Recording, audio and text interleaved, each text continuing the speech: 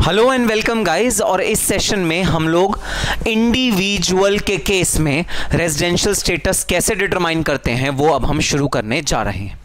तो भाई इंडिविजुअल के केस में रेजिडेंशियल स्टेटस डिटरमाइन होता है उसके period of stay in India से, वो कितना पीरियड इंडिया में गुजारता है उससे डिटरमाइन होता है एक इंडिविजुअल का रेजिडेंशियल स्टेटस। और अगर एक इंडिविजुअल का रेजिडेंशियल स्टेटस रेजिडेंट आ गया तो इंडियन गवर्नमेंट के पास अधिकार मिल गया उसको टैक्स करने का। अगर एक इंडिविजुअल का रेजिडेंशियल स्टेटस नॉन रेजिडेंट आ गया तो इंडियन गवर्नमेंट के पास अधिकार नहीं है उसको टैक्स करने का। अब भाई इंडियन गवर्नमेंट क्या चाहेगी? इंडियन गवर्नमेंट चाहेगी ज्यादा से ज्यादा इंडिविजुअल्स उसके टैक्स के ब्रैकेट में आए, उसके टैक्स के अधिकार में आए। इंडियन गवर्नमेंट का यही भरसर प्रयास होगा। तो इंडियन गवर्नमेंट चाहेगी कि पीरियड ऑफ स्टे इंडिविजुअल्स का उस लिमिट के अंदर रहे, उस लिमिट तक रहे जिस लिमिट तक हम उसे अपना रेजिडेंट कह सकें। और एक इंडिविजुअल का पर्सपेक्टिव क्या रहेगा? एक इंडिविजुअल ये चाहेगा कि मैं रेजिडेंट ना बनूं ताकि मेरा टैक्सेबिलिटी इंडियन गवर्नमेंट के हाथ में ना आए। तो भाई इंडियन गवर्नमेंट का क्या मोटिव रहेगा कि ज्यादा से ज्यादा लोगों को रेजिडेंट बनाओ। और लोगों को क्या मोटिव रहेगा? लोगों का मोटिव रहेगा कि हम रेजिडेंट ना बने under the Indian income tax act ताकि हमें इंडिया के टैक्सेस ना पे करने पड़े। अच्छा, अब एक बात ध्यान रखना भाई, कोई आदमी इंडिया का नॉन रेजिडेंट क्यों बनना चाहेगा? वो इसलिए बनना चाहेगा ताकि इंडिया में टैक्स ना पे करे। सर, अगर वो इंडिया का नॉन रेजिडेंट है तो इसका मतलब वो कहीं और रह रहा है। अगर वो कहीं और रह रहा है तो वहां का तो रेजिडेंट बन जाएगा ना, तो वहां के टैक्स देने पड़ेंगे। एक ही बात है इंडिया का टैक्स दे या वहां के टैक्स दे। नहीं भाई नहीं, एक ही बात नहीं है। बाहर के देशों में, कई देशों में टैक्स के रेट बहुत बहुत बहुत कम है। जैसे दुबई में इंडिविजुअल का टैक्स रेट है 0, किसी को अपनी सैलरी पे 1 भी रुपए का टैक्स नहीं देना पड़ता। तो भाई एक आदमी चाहेगा कि मैं दुबई का रेजिडेंट बनूं अगर पॉसिबल हो तो, एज कंपेयर टू इंडिया का रेजिडेंट। इंडिया के रेजिडेंट को 30% स्लैब तक टैक्स देना पड़ता है और दुबई के रेजिडेंट को 1 भी रुपए का टैक्स नहीं देना पड़ता। तो इंडिविजुअल चाहेगा कि मैं ऐसे जुरिस्डिक्शन का रेजिडेंट बनूं जहां पर टैक्स रेट हो बहुत कम, और इंडियन गवर्नमेंट चाहेगी कि मैं हर इंडिविजुअल को अपने टैक्स स्लैब में ले लूं, अपने रेजिडेंसी के रूल्स में कवर कर लूं ताकि वो रेजिडेंट बने हमारी जुरिस्डिक्शन का, हमारी कंट्री का। तो ये टसल, ये लड़ाई चलती रहेगी भाई इंडिविजुअल और गवर्नमेंट के बीच में। और अल्टीमेटली कौन बताएगा कि रेजिडेंट कैसे बनेगा? भाई हमारा सेक्शन 6 बताएगा कि रेजिडेंस कैसे बनेगा। So section 6 is the section which deals with the residency rules of individual, HUF and other person, and particularly in section 6, section 6(1), section 6(1)(a and section 6(6) is concerned with the individual taxation residency। ठीक है sir, बात समझ में आ गई? तो आओ start करते हैं। ये कॉम्प्लेक्स सा जो चार्ट है वो प्लीज अपने रजिस्टर पे बना लो ताकि आप क्लियरली समझ पाओ कि रेजिडेंसी का रूल क्या होता है इंडिविजुअल्स के केस में। लो भाई, मैं बोर्ड से भी थोड़ा सा साइड में हट गया। आई होप आपको ये क्लियरली नजर आ रहा होगा। प्लीज इसका एक स्क्रीनशॉट ले लो, क्लिक कर लो और अपने रजिस्टर में पूरा चार्ट बना लेना। इस चार्ट को अगर आपने देख लिया, आपका पूरा इंडिविजुअल की रेजिडेंसी कवर हो जाएगी। और भाई कंपनी HUF की रेजिडेंसी इतनी कॉम्प्लेक्स नहीं होती। ये जो कॉम्प्लेक्स आपको फ्लो चार्ट दिख रहा है ये सिर्फ इंडिविजुअल के ही केस में होता है। HUF कंपनी के केस में तो बहुत इजी सा रेजिडेंसी का टेक्निक है जो मैं आपको सिखा दूंगा, आपको समझ में आ जाएगा। लेकिन इंडिविजुअल के केस में होता है थोड़ा सा कॉम्प्लिकेटेड। तो आओ स्टार्ट करते हैं residency rule in case of individual. ठीक है सर, तो नेचुरल सी बात है, period of stay is the determining factor of residency in case of individual. तो भाई मैं एक पोर्शन को हाईलाइट कर रहा हूं, बॉक्स में डाल रहा हूं, आप पेंसिल से हाईलाइट करना, पेन से नहीं। ठीक है, तो यह है भाई बेसिक रूल हमारे इंडिविजुअल के रेजिडेंसी का। इसे बोलते हैं द फर्स्ट कंडीशन। ये लिखी है सेक्शन 6(1)(a) में, the first condition of the residency rule of the individual. तो भाई नेट हमें डिसाइड क्या करना है? नेट हमें ये डिसाइड करना है कि कितने दिन हमारे यहां एक बंदा रहे, चाहे वो हमारा सिटीजन हो चाहे ना हो। हमारा मतलब इंडिया का। मैं जब भी हम की बात करूंगा, मैं जब भी मैं की बात करूंगा, मैं जब भी गवर्नमेंट की बात करूंगा, मैं हमेशा इंडियन गवर्नमेंट की बात करूंगा। अनलेस एंड अनटिल मैं तुम्हें बताऊं कि हाँ मैं यूएस गवर्नमेंट की बात कर रहा हूं या यूके गवर्नमेंट की बात कर रहा हूं, मैं इंडियन गवर्नमेंट की बात कर रहा हूं, तो भाई हमारा बंदा हो चाहे ना हो, हमारा सिटीजन हो चाहे ना हो, अगर वो हमारे देश में एक समय सीमा तक रह गया तो वो हमारे देश का रेजिडेंट बन जाएगा। वो समय सीमा क्या होनी चाहिए भाई? गवर्नमेंट ऑफ इंडिया ने समय सीमा बांधी 6 महीना, ना 6 महीना नहीं, 182 डेज, आधा साल। अब आधा साल को आप लोग डिफाइन कर सकते हो 6 महीना, लेकिन 6 महीना गलत वे है, क्योंकि एक्ट में जो वर्ड्स लिखे हैं वो वर्ड्स लिखे हैं 182 डेज। तो वो लोग जो 182 डेज से ज्यादा, इक्वल टू और ग्रेटर देन, अच्छा भाई ये साइंस जरा समझना, ये साइंस तुम्हें समझने बहुत ज्यादा जरूरी है। अगर इन साइंस में तुमने गड़बड़ी करी तो तुम मात खा जाओगे। इस साइन का मतलब है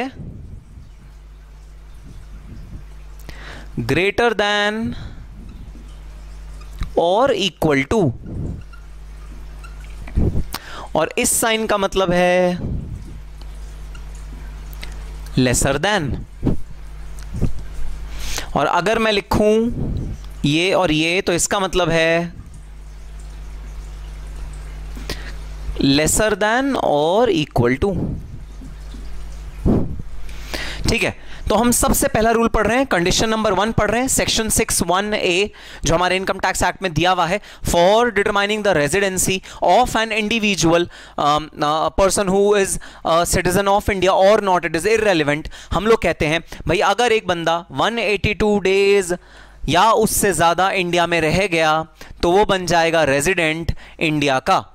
अगर एक बंदा 182 डेज या उससे ज्यादा, 182 डेज इक्वल टू और ग्रेटर दैन, अगर 182 डेज या उससे ज्यादा इंडिया में रह गया तो वो बन जाएगा इंडिया का रेजिडेंट। और अगर वो 182 डेज से लेस इंडिया में रहा तो वो नहीं बनेगा इंडिया का resident.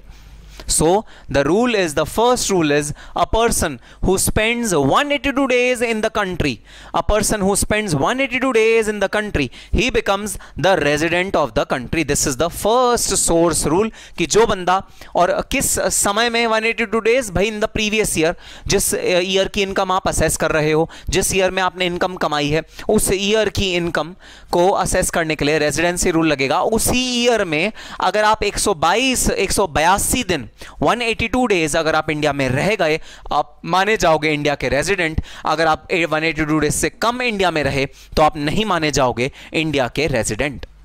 So residency rule, the primary condition, the first condition is, जो लोग 182 डेज इंडिया में रहे, 182 डेज या उससे ज्यादा इंडिया में रहे, मैं उनको मान लूंगा कि वो इंडिया के रेजिडेंट है। मतलब जो वो इनकम कमा रहे हैं वो इंडिया में टैक्स होनी चाहिए। अगर वो इंडिया में टैक्स होनी चाहिए तो टैक्सिंग अथॉरिटी किसके पास आ जाएगी? इंडियन इनकम टैक्स डिपार्टमेंट के पास, गवर्नमेंट के पास आ जाएगी। हमारी गवर्नमेंट उस पर टैक्स ले सकती है। तो ये है भाई प्रीवियस ईयर का रूल। जिस ईयर में इनकम कमाई है उस साल में तुम अगर 182 दिन से ज्यादा इंडिया में थे तो तुम इंडिया के रेजिडेंट माने जाओगे। अब यहां आती है एक बदमाशी। बदमाशी सुनना क्या भाई, एक बंदा है कई सालों से इंडिया का रेजिडेंट है, इंडिया में ही रहता है, इंडिया में ही पैदा हुआ है, पला बड़ा सब कुछ इंडिया में ही है। उसे पता है वो एक बहुत मोटा उसका लैंड था कहीं पर, उसे बेच के कैपिटल गेन्स अर्न करने वाला है। मतलब उसकी कुछ इनकम आने वाली है। कौन से ईयर में? इसी ईयर में जिस ईयर में वो खड़ा है। उसे पता है उस ईयर में इनकम आने वाली है।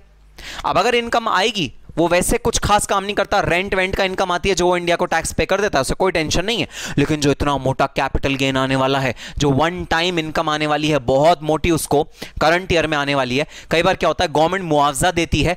मेट्रो की कंस्ट्रक्शन जब हो रही थी तो फार्मर्स के फार्म लिए गए थे और उनको मुआवजा दिया गया था, बहुत मोटा पैसा फार्मर्स को दिया गया था।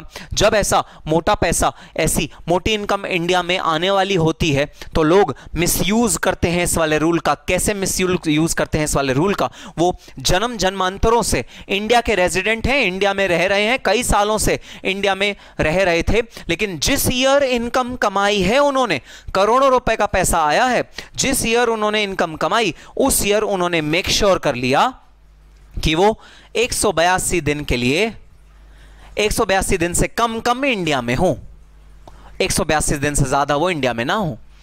तो जो इंडिया में रहने की अवधि उन्होंने अपनी रखी, वो रखी 170 दिन।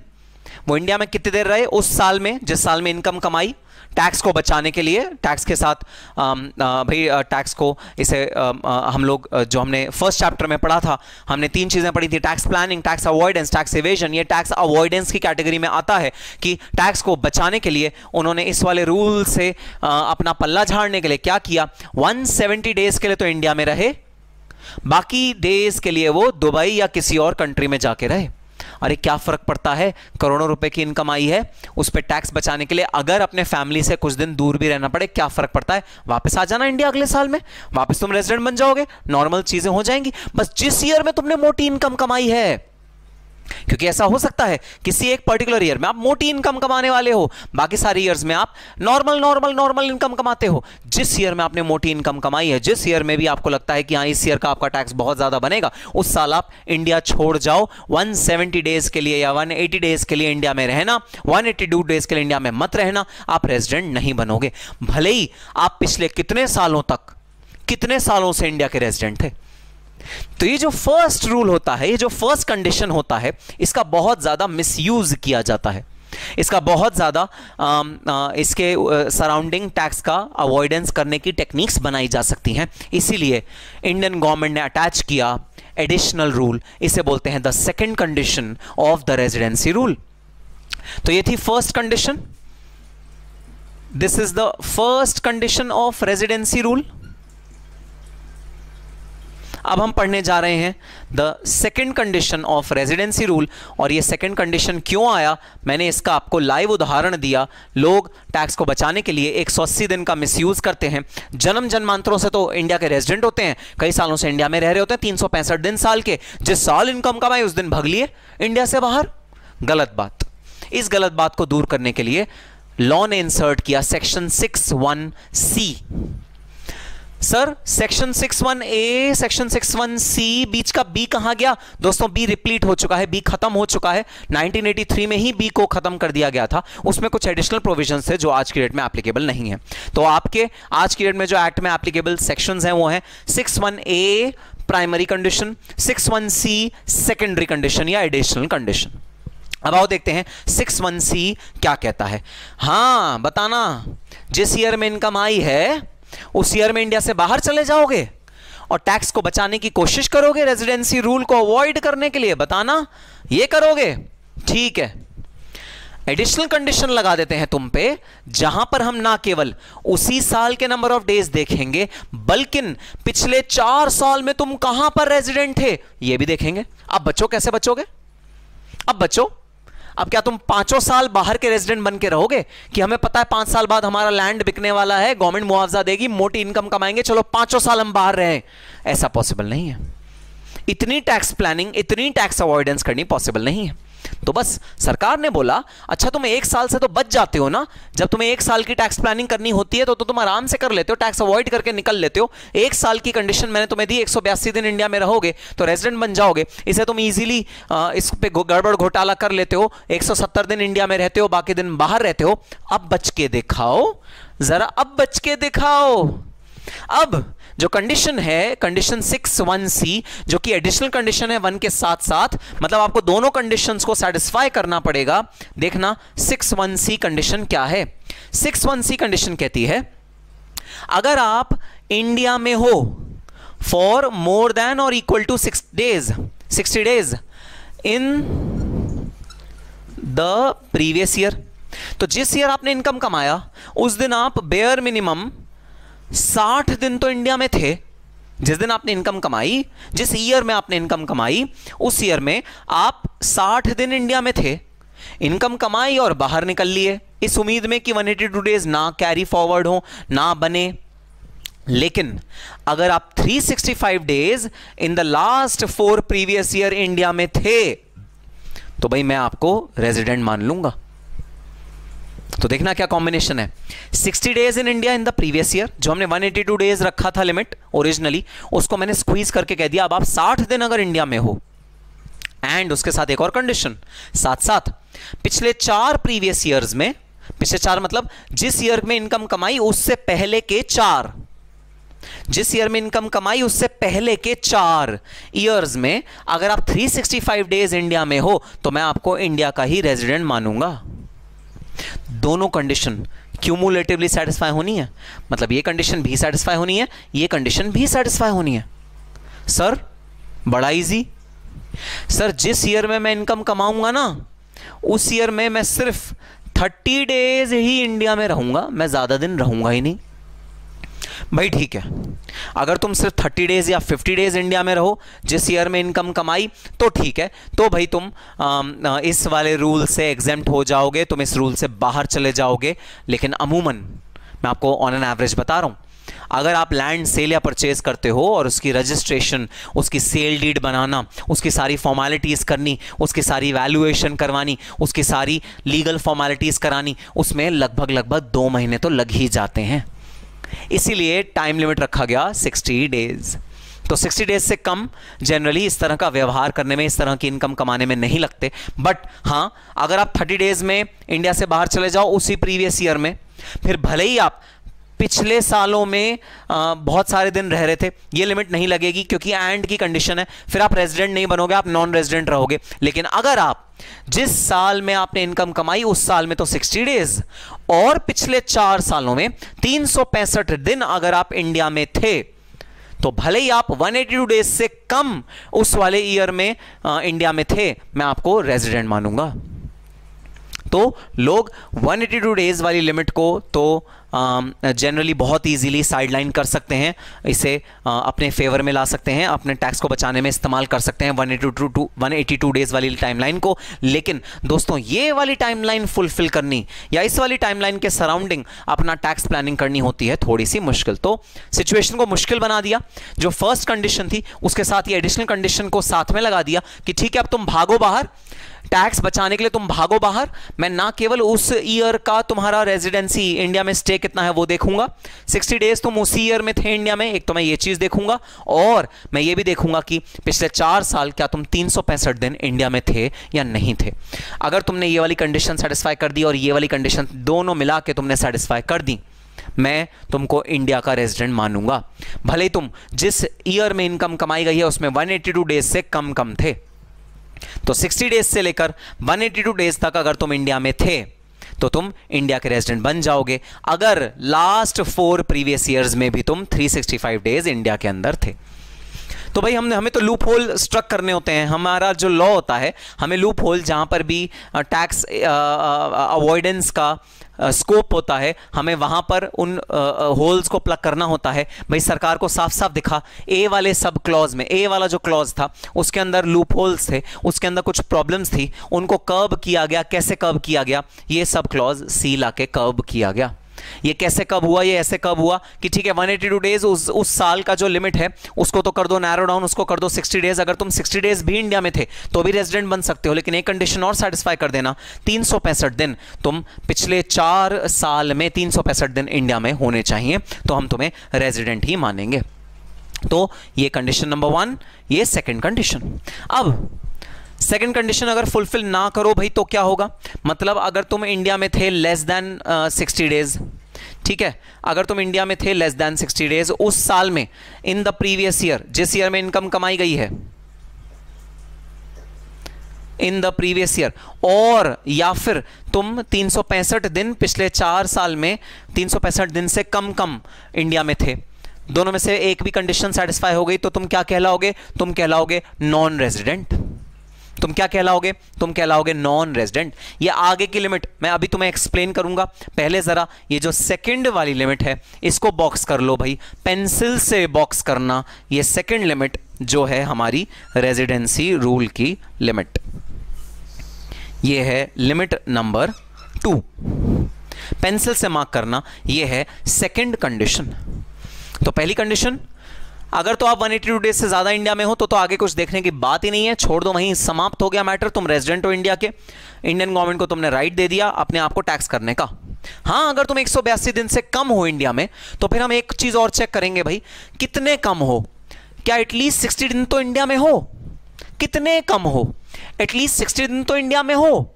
अगर एटलीस्ट 60 दिन इंडिया में हो और मतलब एंड हिंदी वाला और बोल रहा हूं, और हिंदी वाला मतलब एंड पिछले 4 साल में तुम 365 दिन इंडिया में थे, ठीक है। अगर ये दोनों कंडीशन तुमने सेटिस्फाई कर दी तो फिर हम तुम्हें रेजिडेंट की कैटेगरी में मान लेंगे, और अगर तुमने इन दोनों में से कोई भी एक कंडीशन सेटिस्फाई नहीं करी तो तुम बन जाओगे नॉन रेजिडेंट, रेजिडेंट इंडिया के नहीं। ठीक है सर, बात समझ में आई? तो भाई फर्स्ट कंडीशन समझ में आई और सेकंड कंडीशन समझ में आई of the residency rule, first condition and the second condition. अब चलो आगे बढ़ते हैं। मैंने तुम्हें रेजिडेंट और नॉन रेजिडेंट का रूल बता दिया, यह है नॉन रेजिडेंट का रूल, यह है रेजिडेंट का रूल, ठीक है। अब रेजिडेंट के रूल में फर्दर मैं तुम्हें और क्या बताऊंगा। रेजिडेंट होते हैं 2 टाइप के, एक है ऑर्डिनरी रेजिडेंट, एक है नॉट ऑर्डिनरी रेजिडेंट। एक है ऑर्डिनरी रेजिडेंट, एक है नॉट ऑर्डिनरी रेजिडेंट। इन दोनों की लिमिट्स क्या है, आओ वो पढ़ते हैं। जब तुमने एक बार असर्टेन कर लिया कि हाँ तुम रेजिडेंट हो, चाहे यहां से आए हो, चाहे यहां से घूम के और यहां से आए हो, अगर तुम रेजिडेंट बन गए तो अगला सवाल जो क्वेश्चन तुमसे पूछेगा, जो एग्जामिनर तुमसे पूछेगा, वो बता दो कि अच्छा चलो रेजिडेंट तो हो, अब ये बता दो कि रेजिडेंट में भी ऑर्डिनरी रेजिडेंट हो या नॉट ऑर्डिनरी रेजिडेंट हो। मतलब सामान्य तौर पर रेजिडेंट हो, सामान्यतः तुम रेजिडेंट रहते हो, या रेयर सिचुएशन में तुम रेजिडेंट बने हो, नॉट ऑर्डिनरी रेजिडेंट हो। आओ इसकी लिमिट पढ़ते हैं। यह है section 66 of the income tax act, section 66 of the income tax act, जो रेजिडेंट को 2 पार्ट्स में बाइफिकेट करता है, नॉट ऑर्डिनरी रेजिडेंट और ऑर्डिनरी रेजिडेंट। अगर तुम नॉन रेजिडेंट बन गए, यहां पर तुम नॉन रेजिडेंट बन गए थे, अगर तुम नॉन रेजिडेंट बन गए तो ऑर्डिनरी नॉट ऑर्डिनरी का सवाल ही नहीं उठता। नॉन रेजिडेंट का मतलब नॉन रेजिडेंट, मामला खत्म। मामला आगे कहां बढ़ेगा, मामला आगे बढ़ेगा रेजिडेंट के केस में। अगर तुम रेजिडेंट हो तो भाई मामला आगे बढ़ेगा, क्या तुम ऑर्डिनरी रेजिडेंट हो या तुम नॉट ऑर्डिनरी रेजिडेंट हो, इस केस में मामला आगे बढ़ेगा। आओ मामले को आगे बढ़ाते हैं और देखते हैं कौन से रेजिडेंट ऑर्डिनरी रेजिडेंट कहलाते हैं, कौन से रेजिडेंट नॉट ऑर्डिनरी रेजिडेंट कहलाते हैं। ठीक है सर, आओ देखते हैं। तो वो लोग जो नॉन रेजिडेंट हैं इन 9 आउट ऑफ 10 प्रीसीडिंग ईयर्स, तो भाई जिस ईयर में तुम इनकम कमा रहे हो उसमें जो टैक्सेबल हो रहा है उसमें तुम 182 दिन इंडिया में थे, जो कि लास्ट ईयर था, लेकिन उसके पहले के 10 सालों में से 9 साल तुम नॉन रेजिडेंट थे।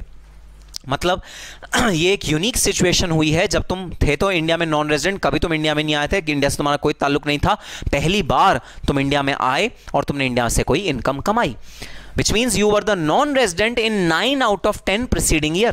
तुम पिछले 10 सालों में से 9 साल नॉन रेजिडेंट थे। अगर तुम पिछले 10 सालों में से 9 साल नॉन रेजिडेंट थे तो हम तुम्हें कहेंगे कि तुम नॉट ऑर्डिनरी रेजिडेंट हो।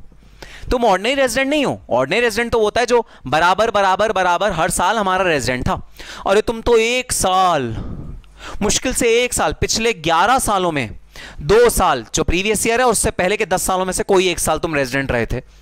तुम कहां ऑर्डिनरी रेजिडेंट हो, तुम तो नॉट ऑर्डिनरी रेजिडेंट हो। मतलब ये एक एक्सेप्शनल स्थिति है जिसमें तुम रेजिडेंट बने हो। हम तुम्हें ऑर्डिनरी रेजिडेंट का दर्जा नहीं देते, हम तुम्हें नॉट ऑर्डिनरी रेजिडेंट का दर्जा देते हैं। अच्छा सर, सबसे पहले ये बता दो, ऑर्डिनरी नॉट ऑर्डिनरी तो ठीक है सर, फर्क क्या पड़ेगा अगर मैं ऑर्डिनरी बन जाऊं या नॉट ऑर्डिनरी बन जाऊं, फर्क क्या पड़ेगा?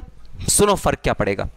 नॉन रेजिडेंट के केस में maximum income not taxable, resident के केस में मैक्सिमम इनकम टैक्सेबल, और नॉट ऑर्डिनरी रेजिडेंट के केस में कुछ इनकम टैक्सेबल, कुछ इनकम नॉट टैक्सेबल। दोबारा सुनो, नॉन रेजिडेंट के केस में maximum income not taxable, Indian authority by the Indian government. Resident के केस में, ऑर्डिनरी रेजिडेंट के केस में maximum income taxable by income tax authority, और नॉट ऑर्डिनरी रेजिडेंट के केस में some income taxable, some income not taxable. इस तरह का बाइफिकेशन होता है। इस वजह से अगर मैं नॉन रेजिडेंट ना बन पाऊं तो कम से कम भगवान इतनी मुझ पर कृपा कर दियो, कम से कम मैं नॉट ऑर्डिनरी रेजिडेंट तो बन जाऊं, ताकि कुछ इनकम टैक्सेबल हो कुछ ना हो। तो ये है नॉट ऑर्डिनरी रेजिडेंट का मतलब। ठीक है, तो अगर आप 9 साल आउट ऑफ 10 साल में नॉन रेजिडेंट थे, लेकिन जो प्रीवियस ईयर है उसमें तुम रेजिडेंट थे, प्रीवियस ईयर से पहले वाले 10 सालों में से 9 साल तुम नॉन रेजिडेंट थे, मैं तुम्हें कहूंगा भाई तुम नॉर्मल स्थितियों में, जैसे हम एबनॉर्मल कॉस्टिंग करते हैं ना, कॉस्टिंग में करते हुए एबनॉर्मल कॉस्ट होती है ये, उस तरह मैं कहूंगा कि भाई तुम नॉर्मल परिस्थिति में तो हमारे रेजिडेंट नहीं बने हो, तुम तो कोई एक्सेप्शनल वन टाइम ऐसी कोई चीज हुई है जिसमें तुम हमारे रेजिडेंट बने हो, तो मैं तुम्हें नाम दूंगा नॉट ऑर्डिनरी रेजिडेंट। और अगर तुमने ये वाली कंडीशन नहीं सेटिस्फाई करी तो लो एक और कंडीशन मैं तुम्हें देता हूं, वो सेटिस्फाई कर दोगे तो भी नॉट ऑर्डिनरी रेजिडेंट बन जाओगे। वो क्या है? लेस देन और equal to 729 days stay in India. India में आप 729 दिन से कम हो इन लास्ट 7 प्रीवियस ईयर। जो जिस ईयर की इनकम है उससे पहले के 7 सालों में अगर तुम 729 दिन से कम इंडिया में रहे, पहले हम 10 साल की इस कंडीशन, इस सिचुएशन में हम 10 साल की बात कर रहे थे कि 10 से 9 में तुम नॉन रेजिडेंट थे, मतलब सिर्फ 1 में तुम रेजिडेंट थे। अब हमने कंडीशन को और लो कर दिया है, अगर पिछले 7 सालों में तुम 729 दिन से कम इंडिया में थे तो मैं तुम्हें नॉट ऑर्डिनरी रेजिडेंट घोषित कर दूंगा और तुम्हारी कुछ इनकम को टैक्सेबल करूंगा, कुछ इनकम को टैक्सेबल नहीं करूंगा। लेकिन अगर तुम रेजिडेंट थे 2 साल से ज्यादा out of the preceding 10 previous years, अगर तुम 2 साल से ज्यादा रेजिडेंट थे, 2 साल या 2 साल से ज्यादा, अरे इसी का उल्टा ही तो है, इसी का उल्टा ही तो है, कोई नई लिमिट थोड़ी है, इसी का उल्टा है। वहां लिखा था नॉन रेजिडेंट होना चाहिए 9 साल में, यहां लिख दिया है रेजिडेंट होना चाहिए 2 साल या उससे ज्यादा में। एंड दूसरी कंडीशन जो सेटिस्फाई करनी है वो क्या सेटिस्फाई करनी है? तुम 729 दिन से ज्यादा इंडिया में स्टे किया, तुमने 729 दिन से ज्यादा इंडिया में स्टे किया इन लास्ट 7 ईयर्स, तो बस तुम भाई इंडिया के चंगुल में फंस गए और तुम ऑर्डिनरी रेजिडेंट बन गए और तुम्हारी मैक्सिमम इनकम इंडियन गवर्नमेंट के पास टैक्स करने का राइट बन जाएगा। सो रेजिडेंट को 2 पार्ट्स में बाइफिकेट किया जाता है, ऑर्डिनरी रेजिडेंट और not ordinary resident. Not ordinary resident के केस में 2 में से कोई एक रूल अगर आपने फुलफिल कर दिया, वो रूल क्या है कि आप 9 साल आउट ऑफ 10 साल नॉन रेजिडेंट थे preceding the year in which income was earned, या फिर आप 729 दिन या उससे कम इंडिया में थे for 7 years preceding the year in which income is earned, तो आप नॉट ऑर्डिनरी रेजिडेंट कहलाते हो। और आप ऑर्डिनरी रेजिडेंट कब कहलाते हो? आप ऑर्डिनरी रेजिडेंट कहलाते हो भाई तब जब आप पिछले 10 सालों में से कम 2 साल इंडिया के रेजिडेंट थे, या फिर आप 729 दिन से ज्यादा पिछले 7 सालों में इंडिया में रह रहे थे। Stay in India should be at least 729 days, then you will be called as an ordinary resident. तो ये था स्प्लिट रेजिडेंट का 2 पार्ट्स में, नॉट ऑर्डिनरी रेजिडेंट और ordinary resident, this section 66 of the income tax act 1961। और अब मैं आ जाता हूं अपने लास्ट सेक्शन पे, और ये सेक्शन असेसमेंट ईयर 21-22 में इंट्रोड्यूस करा गया, और ये वही सेक्शन है जिसके बारे में मैंने आपको फर्स्ट क्लास में बताया था, बदमाश सेक्शन, जो सिटीजनशिप के बेसिस पे इंडियंस को टैक्स करने का राइट इंडियन गवर्नमेंट को दे देता है। तो देखो यहां से निष्कर्ष क्या निकल के आया था? यहां से निष्कर्ष निकल के आया था कि आप नॉन रेजिडेंट हो। अगर आप नॉन रेजिडेंट हो तो बात ही खत्म हो जानी चाहिए थी। यहां पर नॉन रेजिडेंट को तो टैक्सिंग राइट मिलता ही नहीं, यहां पर बात खत्म हो जानी चाहिए थी। इंडियन गवर्नमेंट ने बात खत्म नहीं करी। इंडियन गवर्नमेंट ने कहा अगर तुम किसी साल में नॉन रेजिडेंट हो तो हम तुम्हारी सिटीजनशिप देखेंगे। अगर तो तुम इंडिया के सिटीजन नहीं हो तो ठीक है, तुम्हें नॉन रेजिडेंट का ठप्पा दे देंगे, तुम्हारी मैक्सिमम इनकम नॉट टैक्सेबल होगी, तुम टैक्स ना दो अपनी मैक्सिमम इनकम पे इंडियन गवर्नमेंट को, परफेक्ट, अगर तुम इंडिया के सिटीजन नहीं हो। लेकिन अगर बाय चांस तुम हो तो नॉन रेजिडेंट इन रूल्स के अकॉर्डिंग, इन डेज के अकॉर्डिंग, बाहर रहते हो, इंडिया कभी आए नहीं, जीवन में अपने कभी इंडिया नहीं आए, लेकिन बाय चांस अगर तुम सिटीजन ऑफ इंडिया हो और तुमने इनकम अर्न करी इंडिया से 15 लाख रुपए की, मतलब तुम जन्मांतरों से यूके रह रहे हो, यूनाइटेड किंगडम, लेकिन तुम्हारी इंडिया में कोई जमीन है, कोई प्लॉट है, कोई मकान है जो पुश्तैनी है, जिसको तुमने किराए पे दे रखा है, किराया भाड़ा आता है, अगर वो किराया भाड़ा 15 लाख से ऊपर है, तुम रिस्क पे आ गए। किस रिस्क पे? कि तुम रेजिडेंट बन जाओगे।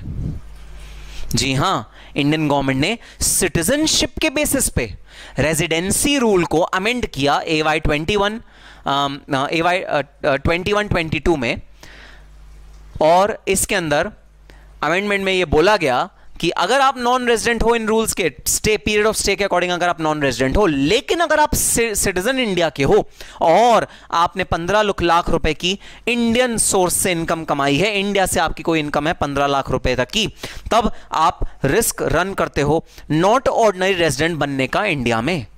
हां, ऑर्डिनरी रेजिडेंट नहीं बन सकते, तो भी ऑर्डिनरी रेजिडेंट के बनने के लिए इंडिया में स्टे होना जरूरी है। इसीलिए नॉट ऑर्डिनरी रेजिडेंट बनोगे। कैसे नॉट ऑर्डिनरी रेजिडेंट बनोगे भाई? आपने 15 लाख रुपए की इनकम कमाई इंडिया से, 15 लाख रुपए की जो आपने इंडिया से इनकम कमाई, वो इनकम अगर आप नॉन रेजिडेंट हो तो हो सकता है आपके हाथ में टैक्सेबल ही ना होती, इंडिया गवर्नमेंट को राइट नहीं होता उस इनकम को टैक्स करने का, ऐसा पॉसिबिलिटी थी, ऐसा हो सकता था। तो इंडियन गवर्नमेंट ने क्या किया? इंडियन गवर्नमेंट ने कहा अगर आप नॉन रेजिडेंट हो डेज के अकॉर्डिंग, लेकिन आप सिटीजन हो, और ऐसे सिटीजन जो 15 लाख से ज्यादा की इनकम कमा रहे हैं फ्रॉम इंडिया सोर्स, इंडिया से कोई इनकम कमा रहे हो 15 लाख से ज्यादा की, तो अपना रेजिडेंट स्टेटस अदर स्टेट में देखो। अदर स्टेट मतलब इंडिया से बाहर किसी और स्टेट का मतलब ये दिल्ली, महाराष्ट्र, ये नहीं, स्टेट का मतलब कंट्री होता है। इनकम टैक्स लॉ के अकॉर्डिंग स्टेट का मतलब होता है कंट्री।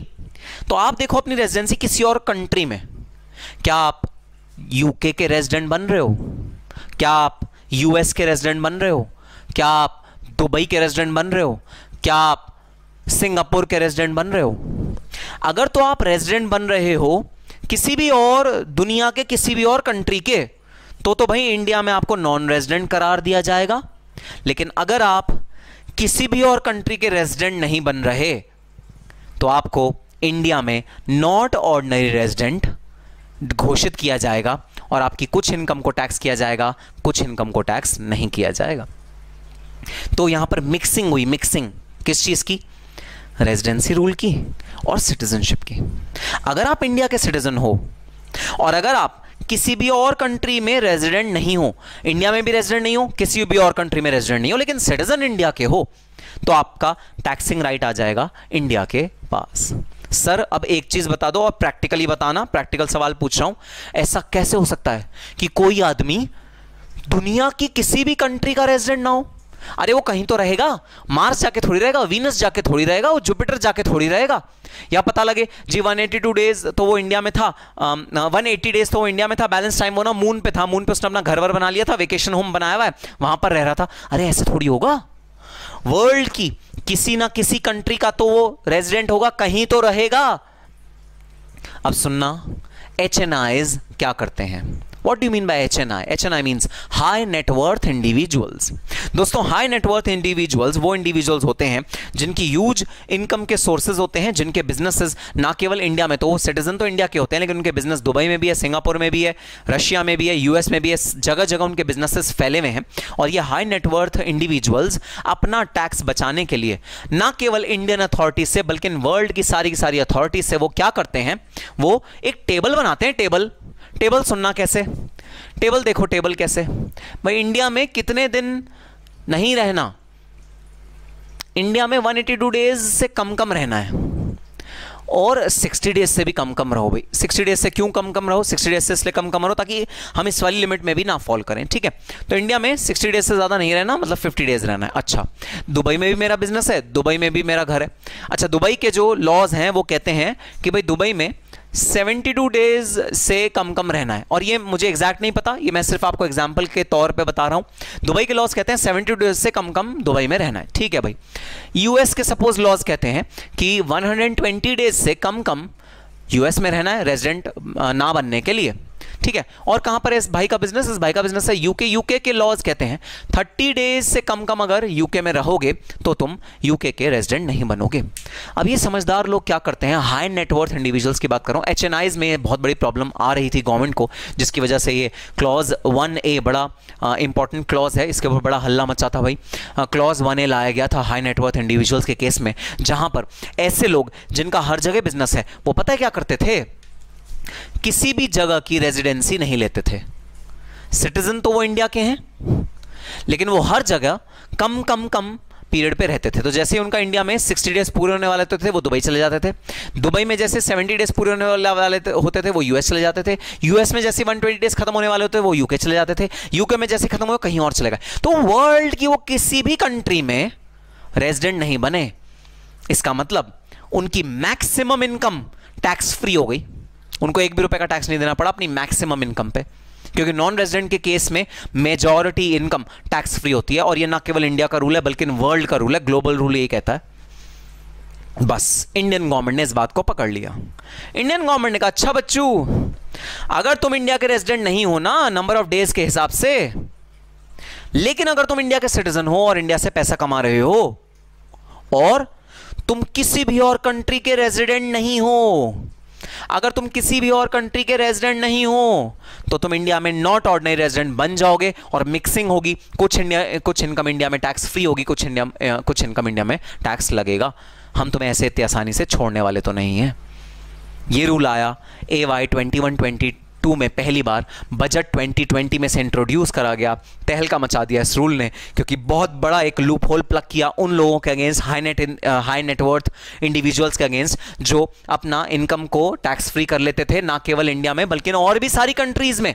ये सिर्फ इंडिया में नहीं, उन्होंने सारी कंट्रीज में अपनी इनकम को टैक्स फ्री कर डाला था। उनके खिलाफ ये सिटीजनशिप का रूल लाया गया और ये सिटीजनशिप का रूल एप्लीकेबल है जून 2020, बजट 2020 एंड ऑनवर्ड्स बजट के लिए। सो यस, ये है नॉन रेजिडेंट के केस में सिटीजनशिप का रूल। भाई अगर आप इस वाली कैटेगरी में आ गए, अगर आप यहां आ गए तो चिंता ही नहीं, फिर तो आप रेजिडेंट हो, ऑर्डिनरी हो या नॉन रेजिडेंट हो, आप नॉट ऑर्डिनरी रेजिडेंट हो, फिर आप इस वाली कैटेगरी में चिंता ही नहीं। गवर्नमेंट को चिंता कहां होगी? गवर्नमेंट को चिंता होगी इस वाले लेग में जहां आप नॉन रेजिडेंट बनने वाले हो। अगर आप नॉन रेजिडेंट बनने वाले हो और आप इंडिया के सिटीजन हो और आपने इनकम 15 लाख रुपए से ज्यादा कमाई है, तो भाई मैं आपको टैक्स कर दूंगा इंडिया में नॉट ऑर्डिनरी रेजिडेंट की तरह, अगर आप किसी भी और कंट्री में रेजिडेंट नहीं बनते तो। या तो किसी एक कंट्री में रेजिडेंट बन जाओ। सर फिर तो चॉइस होगी। चॉइस सुनना कैसे होगी? बड़ा मजेदार भाई ये परम्यूटेशन कॉम्बिनेशन होगा। चॉइस होगी। चॉइस कैसे होगी? वो जो HNI है वो अपनी मर्जी से चूज करेगा कि वो किस कंट्री का रेजिडेंट बनना चाहता है। क्योंकि इंडिया में बनेगा तो टैक्स रेट है 30%, US में बनेगा टैक्स रेट है से 20%, UK में बनेगा टैक्स रेट है 25%, दुबई में बनेगा टैक्स रेट है 0%। फिर वो बंदा जानबूझकर दुबई की टेरिटरी में 72 डेज से ज्यादा रोकेगा।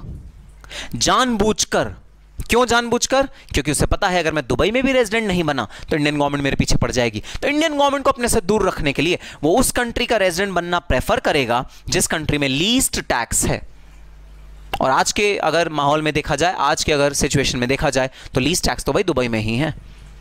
So this is how he will be able to plan tax to come out of this section। इस सेक्शन से बाहर आने के लिए वो किसी एक कंट्री का रेजिडेंट बन जाएगा ताकि वो इंडिया में नॉट ऑर्डिनरी रेजिडेंट ना बने। भाई इंडिया में नॉट ऑर्डिनरी रेजिडेंट बनना बड़ा भारी पड़ेगा, इंडिया में टैक्स रेट है ज्यादा, तो वो कोई ऐसा ज्यूरिसडिक्शन ढूंढेगा जहां पर टैक्स रेट है कम।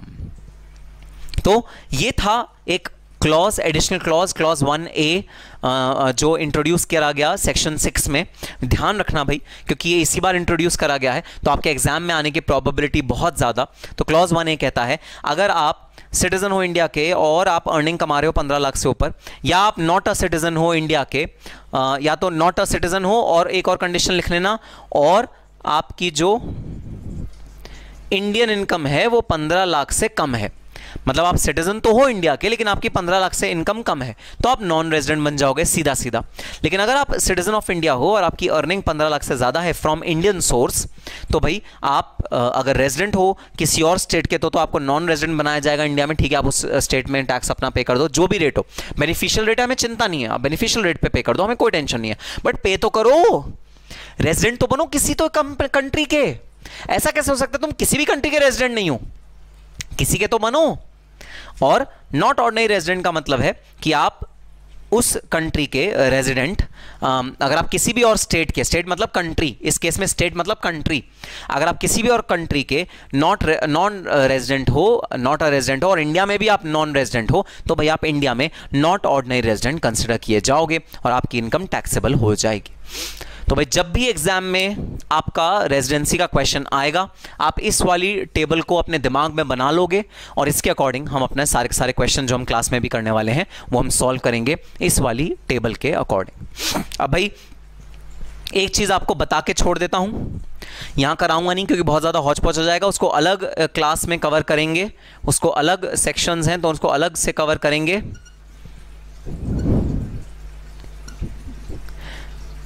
भाई कुछ ऐसे जेन्युइन केसेस भी हो सकते हैं। जेन्युइन केसेस मतलब कुछ ऐसे वाकई ऐसे केस हो सकते हैं जहां पर आप पहली बार इंडिया से बाहर जा रहे हो, प्रीवियस 4 इयर्स में आप इंडिया में ही थे, इंडिया के रेजिडेंट थे, आप इसी साल प्रीवियस ईयर में ही इंडिया से बाहर जा रहे हो और आप सिर्फ 60 डेज इंडिया में थे, 182 डेज से कम आप इंडिया में थे, लेकिन 60 डेज से ज़्यादा आप इंडिया में थे। पिछले सालों में आप 100% इंडिया में थे, जेन्युइनली आप 60 डेज इंडिया में थे, 60 डेज से ज़्यादा इंडिया में थे, जेन्युइनली आप पिछले सालों में इंडिया में थे, लेकिन जो आपने 60 डेज से ज़्यादा इंडिया में बिताए, वो 60 डेज से ज़्यादा इंडिया में आपने जेन्युइनली बिताए। मतलब आप जो बाहर जा रहे थे वो कोई टैक्स प्लानिंग करने के लिए नहीं जा रहे थे, आप किसी जेन्युइन रीजन से जा रहे थे। इसकी वजह से आपने 182 डेज से कम इंडिया में बिताए और 60 डेज से ज़्यादा इंडिया में बिताए। जेन्युइन रीजन था। जेन्युइन रीजन क्या हो सकता है? आपकी एम्प्लॉयमेंट लग गई इंडिया से बाहर, पहली बार लाइफ में, पहली बार आप इंडिया से बाहर जा रहे हो। आप जा रहे हो जून के महीने में इंडिया से बाहर, जून के महीने में इंडिया से बाहर, मतलब अप्रैल मई जून 3 महीना आप इंडिया में रहे, मतलब 90 डेज आप इंडिया में रहे और 1 जुलाई को आप निकल गए बाहर। तो जेन्युइन है भाई कि प्रीवियस ईयर्स में आप इंडिया में ही थे, आप इसी साल जो आपका पहला साल था उसमें आप इंडिया से बाहर निकले हो। तो भाई इसमें क्योंकि जेन्युइन ये एक सिचुएशन है, जब आप एम्प्लॉयमेंट के लिए इंडिया से बाहर जाते हो, तब हम इस रूल को, सेकंड रूल को, उन इंडिविजुअल्स पे जो एम्प्लॉयमेंट के लिए इंडिया से बाहर जा रहे हैं, हम सेकंड रूल को कंसिडर नहीं करते। हम उनकी हिस्ट्री नहीं देखते। हम उन्हें कहते हैं कोई बात नहीं, अगर तुम्हारी हिस्ट्री इंडिया में रहने की है, मतलब तुम इंडिया में रेजिडेंट थे, तो भी हम तुम्हें उस साल नॉन रेजिडेंट कंसिडर करेंगे, क्योंकि तुम जॉब लगी है तुम्हारी बाहर, इसलिए जा रहे हो। जॉब लगने पे जो आदमी बाहर जाता है वो भी ऑब्वियसली उसको राइट किसका होना चाहिए? दूसरी अथॉरिटी को होना चाहिए। जिस कंट्री में जा रहा है उसको राइट होना चाहिए भाई टैक्स को लेने का, डिस्पाइट ऑफ द फैक्ट कि हम मतलब इंडिया में आप रह रहे थे पिछले 4, 5, 6, 7, 20, 25 साल से इंडिया में रह रहे थे। बट अगर करंट ईयर में आप इंडिया से बाहर चले गए जॉब के लिए और 60 डेज से ज़्यादा आप इंडिया में थे, मतलब 90 डेज आप इंडिया में थे, आप 90 डेज के बाद इंडिया से बाहर गए हो, 182 डेज से लेस आप इंडिया में थे, तो भी भाई हम तुम्हें नॉन रेजिडेंट कंसिडर करेंगे। कोई टेंशन नहीं है, तुम नॉन रेजिडेंट बनोगे और तुम इंडिया में मत टैक्स पे करना, जहाँ जॉब लगी ना वहाँ टैक्स पे कर देना, कोई बात नहीं। तो एक्सेप्शंस हैं सेक्शन 61C के। इन दोनों रूल्स को जहां हम नहीं लगाएंगे, जैसे मैंने आपको एक एग्जांपल दिया कि आप एम्प्लॉयमेंट के लिए इंडिया से बाहर जा रहे हो, तो डिस्पाइट ऑफ द फैक्ट कि आप पिछले सालों में 100% इंडिया में ही रह रहे थे, अगर ऐसा भी है कि आप पिछले सालों में 100% इंडिया में रह रहे थे, तो भी हम आपको भाई रेजिडेंट की कैटेगरी में नहीं रखेंगे, आपको बेनिफिट देंगे, आपको नॉन रेजिडेंट मानेंगे और आपकी सैलरी उस कंट्री में टैक्स कर देना जिस कंट्री में आप जा रहे हो। हम आपको रेजिडेंट अपना नहीं मानेंगे, हम आपकी सैलरी इंडिया में नहीं टैक्स करेंगे। तो ऐसे 3 एक्सेप्शंस हम लोग पढ़ेंगे जहां पर ये जो टाइट करा गया था ना रूल, तो मैंने आपको बताया था रूल जो फर्स्ट था वो तो बहुत ब्रॉड था, जब सेकंड कंडीशन है इसको टाइट किया गया, तो जो टाइटनेस है ना, जेन्युइन केसेस में हमने टाइटनेस को भगा दिया। जेन्युइन केसेस जहां वाकई आप किसी सीरियस रीजन की वजह से इंडिया से बाहर गए हो, वहां पर भाई हमने आपको बेनिफिट दे दिया और आपको कहा कि कोई बात नहीं, आप नॉन रेजिडेंट ट्रीट हो जाओ, हम आपको रेजिडेंट ट्रीट नहीं करेंगे। अगर आप पिछले सालों में इंडिया में थे तो भी कोई टेंशन नहीं है।